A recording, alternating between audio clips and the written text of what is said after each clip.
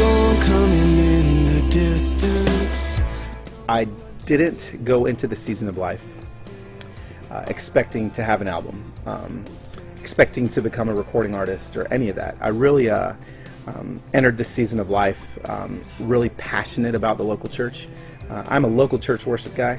I'm not a rock star. I'm the farthest thing from a rock star. I formed a relationship with Jay King, who is on staff. He's vice president of A&R for Integrity Music, and we literally just started our relationship off as friends. And the more and more Jay got to know me, the more and more he's like, dude, you need a soundtrack to this ministry that you call Ragamuffin Soul.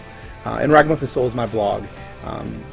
And it kind of everything is based around Ragamuffin Soul. It's grown into a community of about 7,000 readers a day that are coming by and just sharing their authentic selves. And I'm definitely the kind of guy that is looking to be real with himself, others, and God. And authenticity is a big value of mine. And so there's this community and this ministry that I've kind of unintentionally built.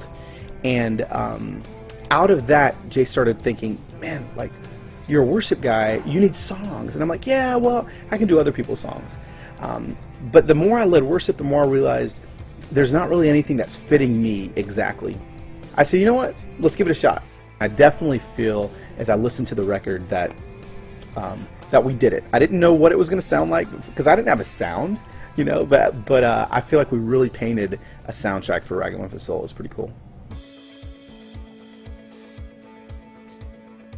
So I'm a rookie to all this, especially when it comes to thinking that a label is helping me release this album and songs need to be great. And so what we did was we looked for a lot of producers, and we met with a lot of producers, and at the end of the day I think we realized, you know, we need a producer, but we also need a songwriter.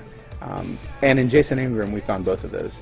Jason Ingram is one of the most amazing and gifted songwriters I think on the planet.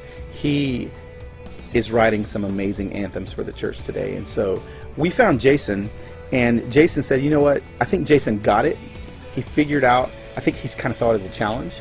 He was like, okay, I'm gonna help him write some songs. But the cool thing about it is I got to write with some amazing writers besides Jason. I got to write with Mia Fields from Hillsong Church in Australia.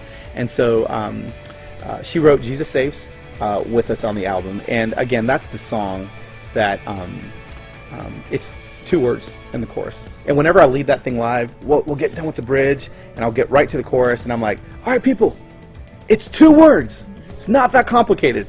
And I feel like when I say that, people are like, oh, okay, I don't have to look at the screen. So they just sing Jesus Saves, Jesus Saves. And it catches on so fast. And so I'm super pumped about that song. But I also got to write with Philip LaRue, which I was a big LaRue fan back in like 1999. And I was like, dude, you're in LaRue. And he's like, yeah, not a lot of people know that about me. But so we wrote some songs together. We wrote Rain It Down and God of Second Chances. You know, these songs definitely have been birthed out of my journey recently, mostly in stuff that we've been talking about on my blog. So.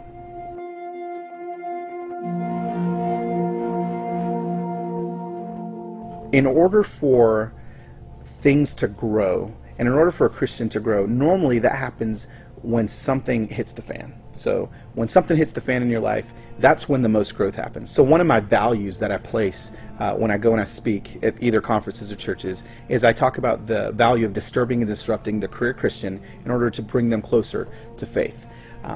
Now, why do I say that? Again, because I feel like when a Christian that's comfortable and a Christian that's maybe a career and callous Christian is disturbed, suddenly their eyes are open, and at that moment, for that second that they're disturbed, there's an opportunity for you to present Christ in a completely new way to them.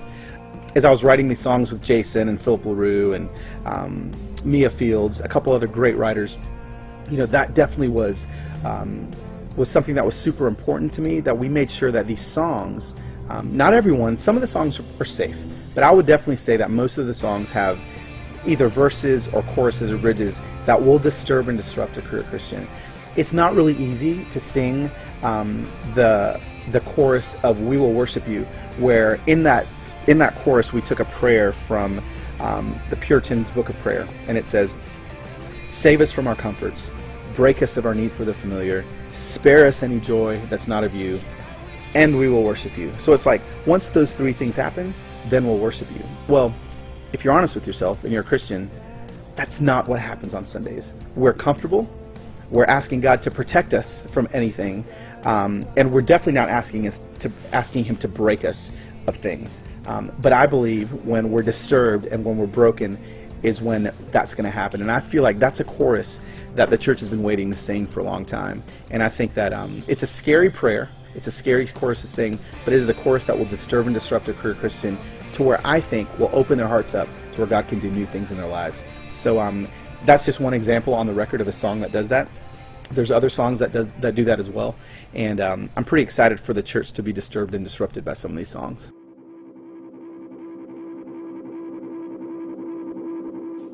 What is a ragamuffin?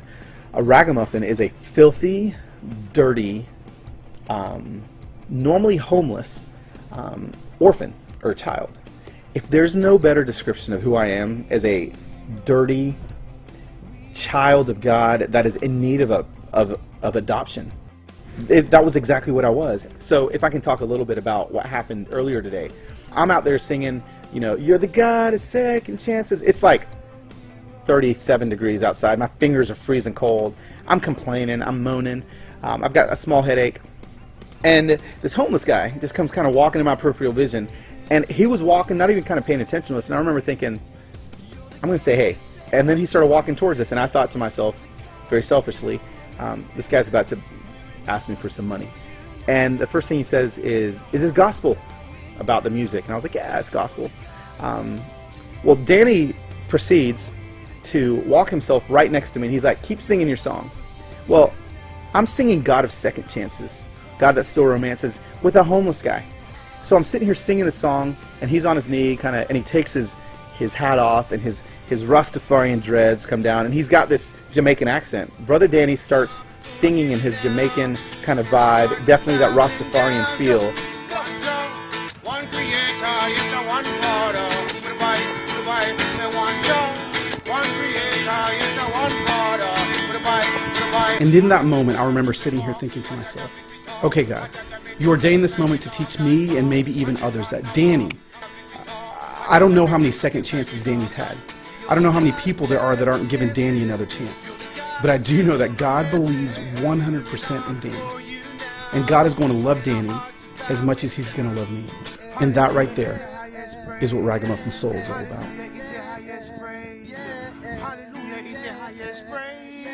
Hallelujah is the highest praise. One Jah, one creator, yes, one Father.